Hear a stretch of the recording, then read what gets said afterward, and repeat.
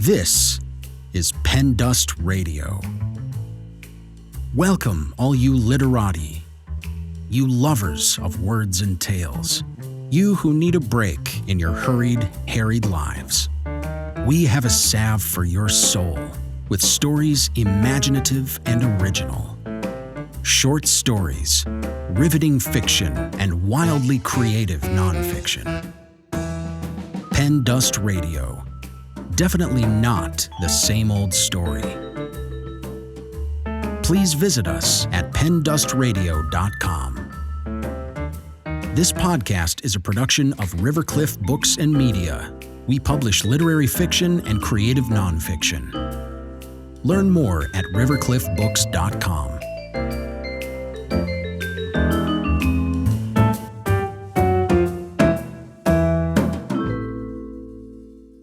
Caught is a story about a woman whose life has mostly occurred around her.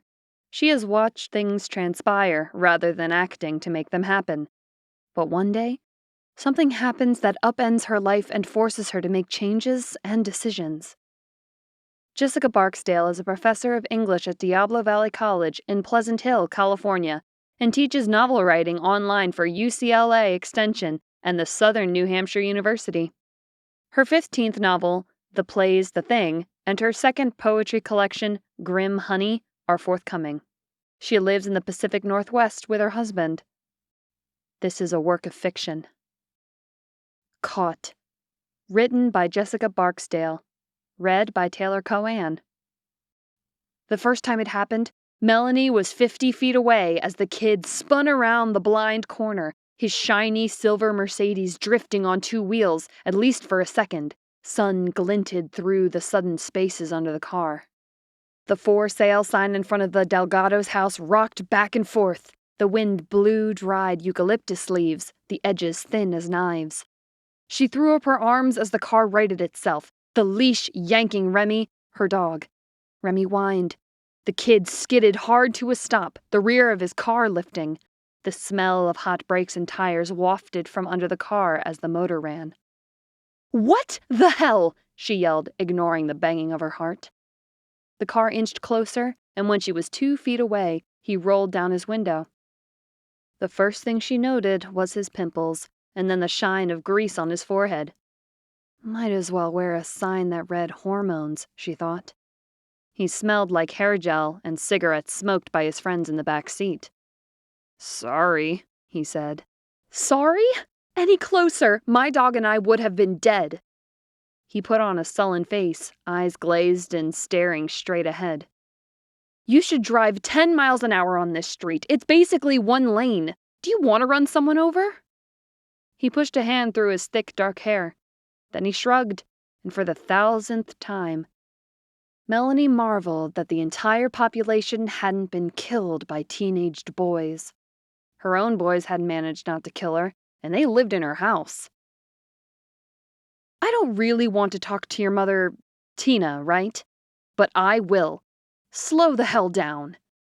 To his credit, he looked her in the eyes. Dark brown-eyed, white-toothed, at least 2 good attributes.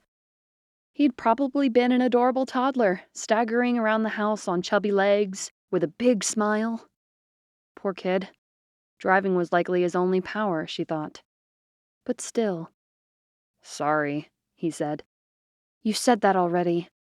A car pulled up behind him and the driver tapped the horn. She stepped back and let him pass, Remy close at her side. "Don't do it again." Melanie and Remy walked on. She kicked at crushed pine cones. Asshole, she thought. Her word for people who did things wrong. And most everyone up in the Oakland Hills did. Driving was the most obvious, the most egregious. Drivers barreling down the skinny, mountainous roads at 40 miles an hour, straddling the double yellow lines, or just ignoring them, texting and making calls and yelling at their kids. They slid through stop signs and lights, whipped around corners. They drank big cups of Starbucks coffee and held onto the wheel with slack left hands.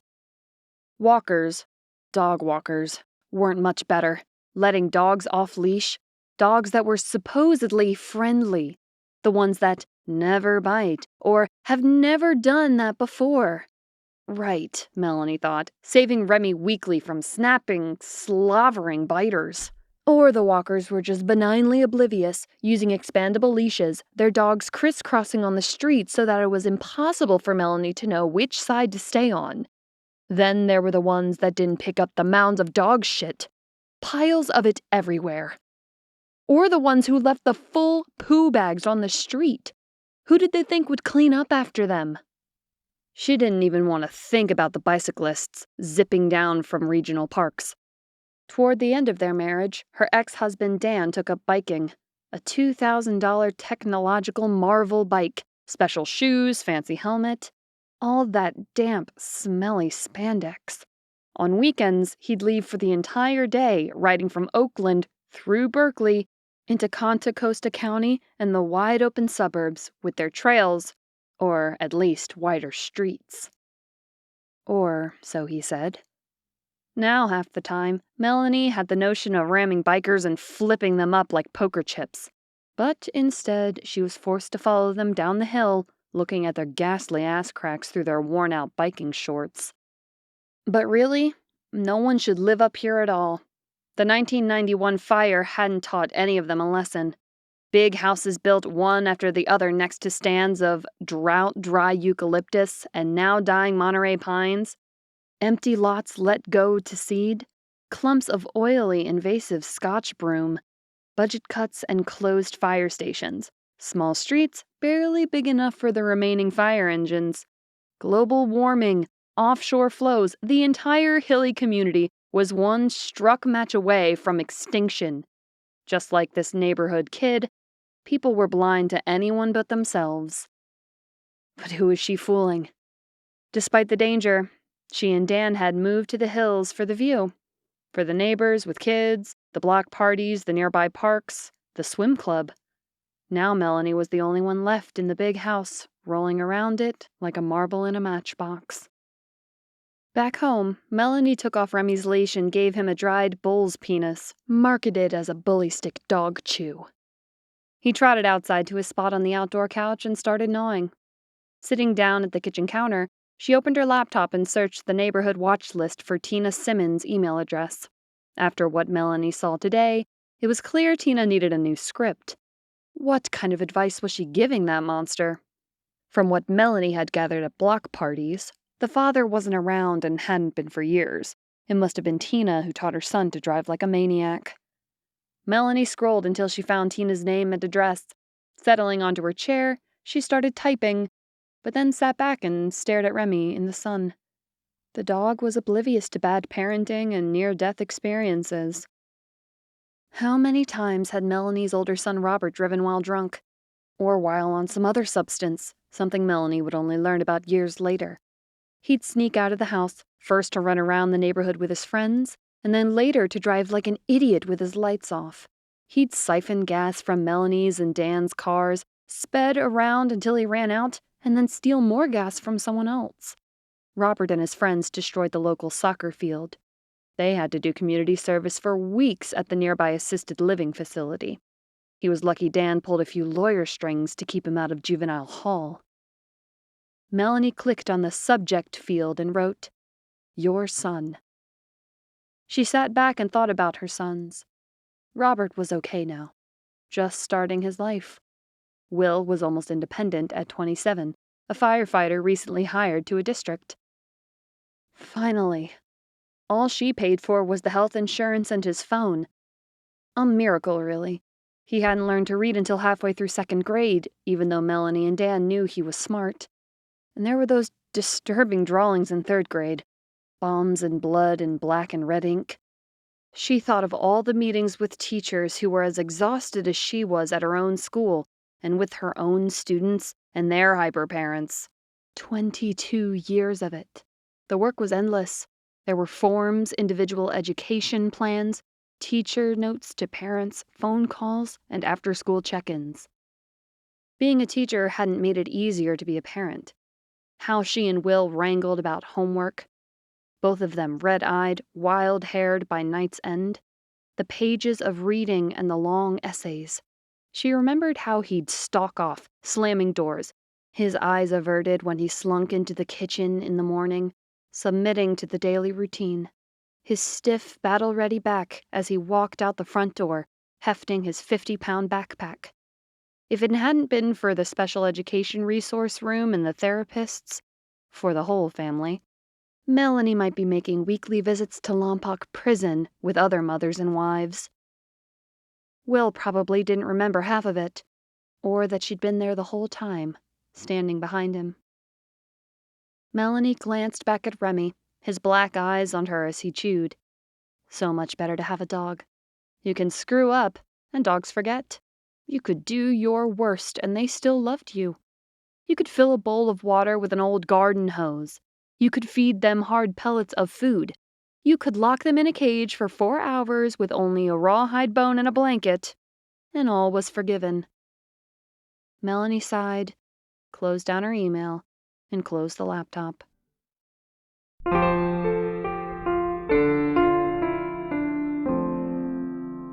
She woke up. Something was covering her eyes, maybe her whole head. Her body was immobilized, and the world muffled. Melanie licked her lips. The warm air around her was filled with noises, but not anything she understood. "Water," she said. Water appeared, a straw on her lips.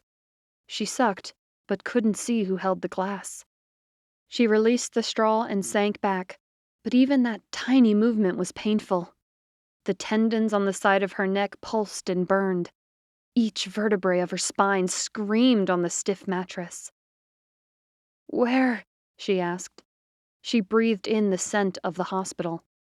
Bleached cotton, isopropyl alcohol, her own body, a kind of dead skin cast smell she remembered from when she broke her arm in the 2nd grade. Which hospital was she in? Highland? Kaiser? Oh, God, who was with her? Robert was in Berlin fomenting political change, and Will was in the Cascades of Washington State fighting wildfires. Dan had left years ago, so no. My dog, she thought. She tried to sit up, but tubes, wires, and her own body constrained her. A hand steadied her on the bed. "He's fine, I promise," the vaguely familiar voice said. Melanie turned toward her, but her eyes were still covered. The world was a hazy yellow. "We are taking care of him." Melanie's heart calmed. She felt someone tugging the blanket around her shoulders. As she exhaled, she focused on finding her body.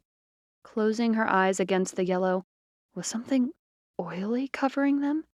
She searched for her right foot. There it was, at the end of the bed, and then her left.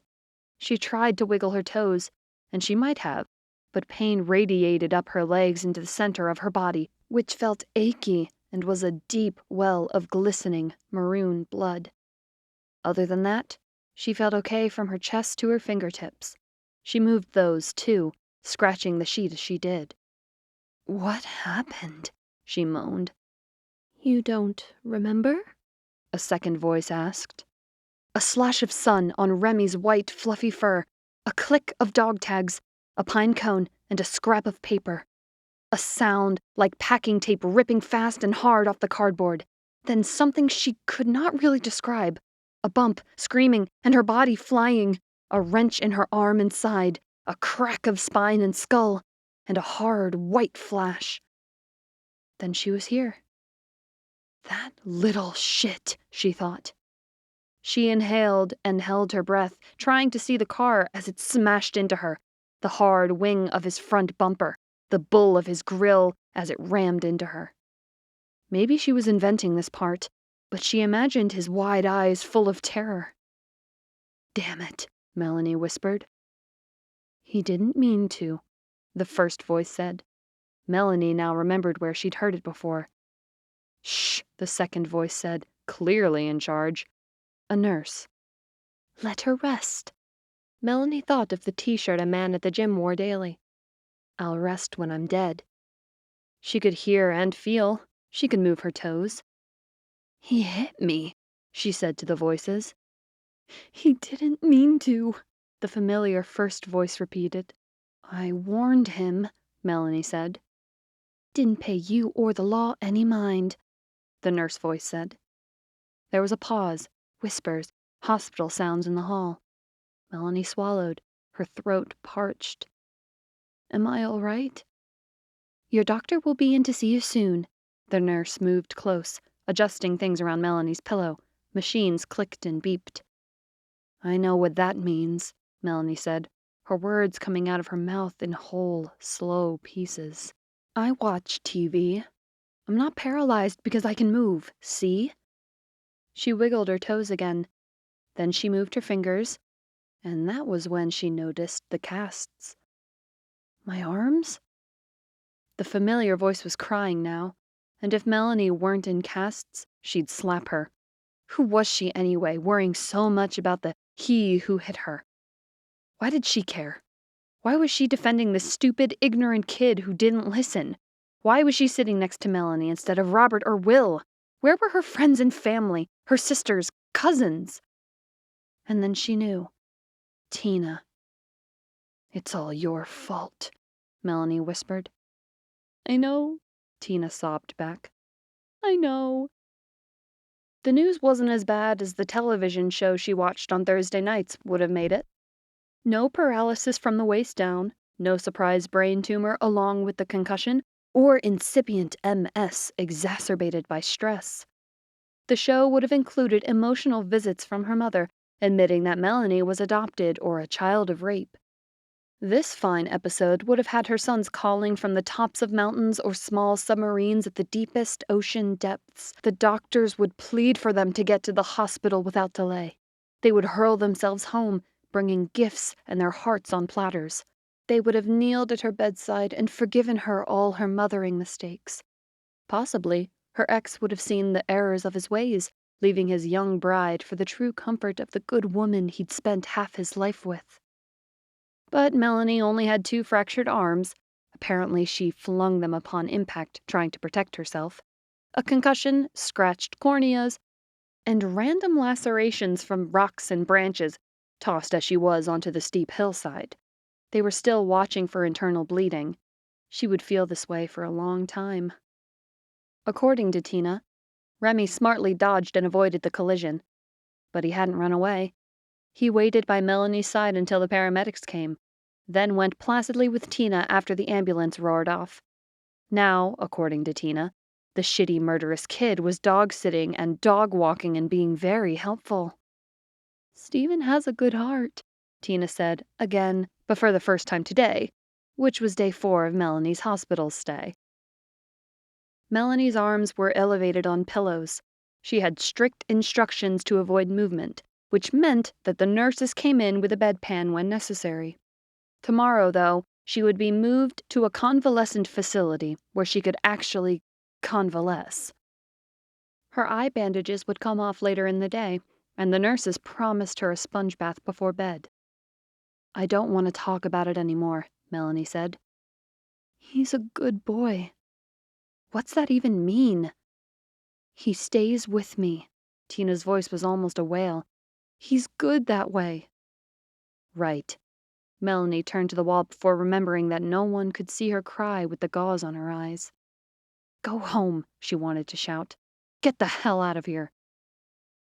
It's Stephen's father, Tina said.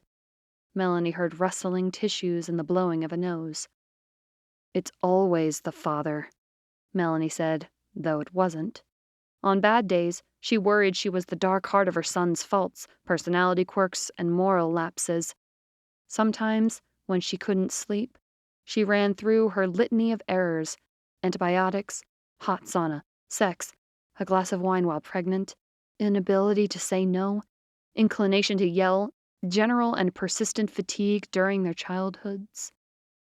He left us both, Tina said. Join the club, Melanie said. But my boys didn't drive 40 miles an hour around blind turns on tiny roads. He didn't mean to, Tina whined. Melanie hadn't seen Tina for a couple of years, not since that last neighborhood barbecue. The afternoon breeze blew Tina's dyed red hair, with brown and gray roots. Too much laughter for too little happening, a clutched glass of white wine in her hand, skin pale and brittle, and too much of it exposed in that black t-shirt. Looking over her head for someone to... what? Come up to her? Tell her that her suspicions were right? She made every possible mistake and would continue to do so. Tina's whole life? A failure. Tina sniffed, the wet sound of her rubbing her nose. "You really didn't mean to. It wasn't on purpose." More tissue, more blowing. What was the definition of mean to, anyway? There was the attempt to do something, drive fast, and the outcome. Stephen could have easily ended up at home, parked in his own garage. He might have slammed into the kitchen, kissed Tina on the cheek, and asked what was for dinner. Instead of breaking bits of Melanie's body, he might have played video games and then told his mother stories about water polo practice over dinner. He didn't mean to bang her up in the air. Melanie didn't mean to be in that exact spot at that moment, waiting to be split like kindling. "I'm going to drop the charges," Melanie said, as if this plan had been approved by her lawyer and accountant. Tina stilled. "What are you going to do?" "I'm going to sue you for your umbrella policy. That and the car insurance." Tina's gasp stabbed the air. "And?" "You're going to take that car away. He's got to walk or get a ride." After the drugs and the soccer field incident, Robert took a bus everywhere. He found rides home from the movies and dances and football games. Girlfriends drove him home after parties. Long after Robert left for college, Will clung to rules not made for him. He never received a warning, much less a speeding ticket, his body stiff and hyper-aware in the driver's seat. Last year, when he picked her up from the SeaTac airport, Melanie patted his shoulder as he merged onto the highway. She hoped to make him feel relaxed under her cupped palm, but he remained tense, every part of him still afraid, as if he believed that at any moment he would start making his brother's mistakes. "Anything else?" Tina asked. Something swung in Melanie's mind, an idea she grabbed onto. "I'm going to collect the money and move." Tina inhaled. Melanie surprised herself with a smile, feeling the stiffness of the pillowcase against her cheek. She flexed her foot, her hand. She felt the healed parts of her deep insides. "I'm going to move." Tina breathed out and then settled against the chair. She was quiet for so long that Melanie found herself falling asleep behind the gauze. She dreamed about her sons, not the way they were now, grown up and far away, not the men they'd become with women who'd naturally taken Melanie's place, and not the long-boned, big-fisted, baby-faced teenage boys she'd fed plates and plates of food. Not the boys who sat with her in the movie theaters, science fiction blasting bright on the screen, their eyes filling with the story. In her dream, Robert and Will were little again, curly-haired and wet from the bath. Their skin shiny and slick, their bodies smooth, perfect and round. She could feel them against her body, warm from the bath, wrapped in a towel, pressing their faces against her neck. They were the only reason she was here on the planet. All her failures and hopes and mistakes broke away. Her face broke into a smile that yanked on her bandages. Melanie tried to ignore the pull of tape, but her awareness came back to the room, Tina still next to her, sniffling. "Thank you," Tina said. Melanie waited for the sound of her rising from the chair, heels clacking, the sound of Tina walking away from her responsibility. But there were only sniffles, the whiff of the tissues yanked from the box.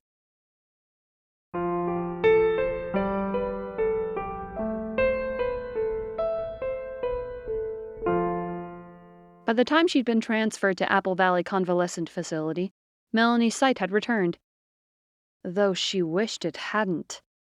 Oh, for the gauze, she thought, gazing down her body, the sticks of her legs, the T of her set arms. She didn't want to look in a mirror, but she felt the shape of her hair, tangled around her head, dirty, needing a dye job, weeks past due. Gray roots for sure. Or maybe she'd stop all that now. 30 years of chemicals on her scalp had been enough. The action was slower here than at the hospital, less urgent, the end for so many of the patients. Some would get better, some not. But her recovery was going to take time. The buildings fanned out over the campus, surrounded by water, trees, and well-tended lawns. She was well too acquainted with the soccer field next door, the one Robert ripped into shreds with his used Infinity, along with that mad bunch with their beer cans and joints. Afterward, with the sod replaced, the green soared all the way up to Apple Valley and its smooth asphalt traffic circle and stately trees. Every day a doctor checked on her, as did a physical therapist. She was an older woman named Anne, who barely smiled but moved Melanie around the bed, worked her legs, her shoulders, massaged away the tense knot of headache where her skull met her neck. She thought to tell Anne about her plans to move. First, the casts would have to go, then the job and the house. But beneath the plans and details lived something else, a tingly feeling she couldn't name. "I'm moving soon," Melanie told Anne during one of her last sessions. Anne looked down at her, one of Melanie's cast arms in her hands. She reached up to Melanie's shoulder, feeling muscle, her fingers strong. "I hate change," she said, gently lifting Melanie to a sitting position. "But sometimes there's nothing you can do about it." Anne continued her work on Melanie's body. Her body was the work of so many people. They all came in for something. The squeeze of the blood pressure cuff, tight above her cast, the beep of the thermometer, the slap of a plastic food tray on the bed table. Her boys checked in. Her mother called from her own assisted living facility every other day to parse the extent of Melanie's injuries, the physical therapy treatment plan, and the disability benefits. 3 friends from work arrived with plants, candy, and gossip about which teachers were retiring at the end of the term. The kids were acting up. Recess had been canceled 3 times last week. The big news: someone stole the copy card. Get well notes slipped in from neighbors and old college pals living in other states and countries. But mostly it was just Tina and Melanie, rain beating the windows in the afternoon, the snores of her roommate with the 2 knee replacements punctuating the stale air. Tina had stopped defending her son. They spent the days watching television or reading the local newspaper. They laughed about the police blotter from Piedmont, the enclave tucked into Oakland like an ancient walled city. Dead squirrel found in yard. Man knocking on doors without permit. Officer called. And large bag discovered on sidewalk. Outside, willow branches swayed. 2 weeks later, Melanie was sitting on the edge of her bed, her recast arms in slings. A cab was coming for her, and an attendant hired from the online service was awaiting her arrival at home. Her lawyer filed all insurance claims. The money would soon be wired into her account. Melanie had her mind on a particular real estate agent. Part of her occupational therapy was working on a computer. Mindless activity to occupy her when all she could do was tap, tap, tap. She searched for somewhere flat to live, somewhere with big streets and sidewalks, somewhere with dog parks. Maybe Sonoma, Marin, Napa, Mendocino, San Diego. Maui and Oahu were on the back burner. Maybe not the back burner. Why worry about her children visiting her when they haven't done so here? The neighborhood, teaching? She'd let it go as if it were a blanket, a throw, a half-completed Afghan crochet hook skittering across the floor. She'd pick up what was left of her old life and flick it, let it billow up and drift away. A young man walked down the hall, and she imagined it was a cab driver. But there he was, in the doorway. Stephen. Melanie stared, expecting to see Tina slump down the hallway after him. But he was alone. "Why are you here?" "God," he said. His misery glowed. Melanie struggled to speak as if something were hitched on her vocal cords. A howl rested in her larynx. She wanted to yell at him about how he'd wrecked her daily routine, how he'd broken the circle of the solitary life she'd bent into place after Dan left. How dare he? They stared at each other. Melanie watched the beat of his breath in his throat. "Here, help me up," she said. He plodded toward her, his mouth turned down, eyes solemn. He was so tall, all arms and legs, his body stretched out like a plank. He was a flicker away from being a man, heading off into the life that would take him away. "I'm so sorry." He reached out for her arm and then flinched when he touched her cast, his hand inching toward her shoulder. Melanie leaned forward the way the physical therapist had shown her. She planted her feet and used her quads. "Do you need a wheelchair?" "Don't want it," Melanie said. "Let's get out of here before they catch me." Stephen glanced at her, his eyes wide, lips pressed together, but his step matched hers. "You drive too fast," she said as they shuffled out of the room. He picked up her bag and slung it on his shoulder. "It was a stupid game. I tried to see how high I could jump the car. That time you caught me, I swore I wouldn't do it again." "But you did." "My mother took away the car," he said, holding onto her so gently she thought she could feel his pulse through his fingers. "I'm not allowed to drive again for a year." "How did you get here?" "Mom called a cab." Melanie let him steady her as they walked down the hall, past the nurses, the squat receptionist, and the other patients lined up like wheelchair soldiers in the day room. She nodded to a couple of the patients she'd gotten to know during her stay.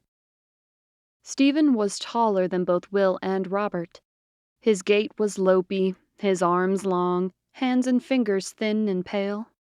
But he smelled like they used to. Soap, thick white patches of deodorant under each arm, undeterred hope with a layer of fear, the tang of arrogance, the certainty that he would never die. Walking with him down the hall began to feel familiar, so much so that she almost pressed her head against Stephen's chest, even though his thin, bony ribcage wouldn't feel the same as either of her sons. But for a stride or two, she imagined it would.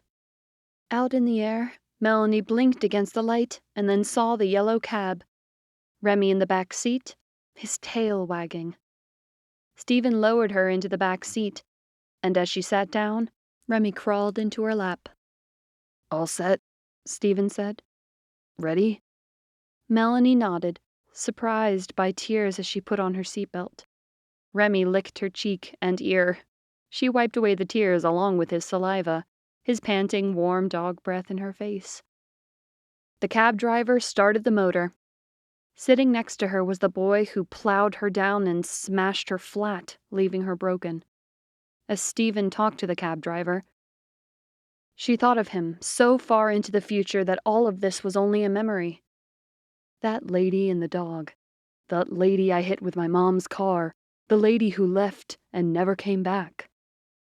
Melanie's breath was shallow. Her broken arms ached.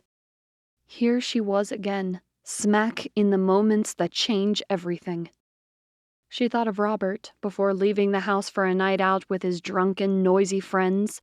Will before he went to college. Even earlier, Dan before he got his shiny new bike and rode all the way to a new wife. The driver pulled into traffic. Remy's head was in her lap. "First semester of senior year. I'm going to England to study abroad," he said. "Guess you'll really be flying then, jumping across the pond, as they say," Melanie said, surprised again by the tightness in her throat. He wasn't her son leaving, but she thought of Tina, alone in her house with her tissues.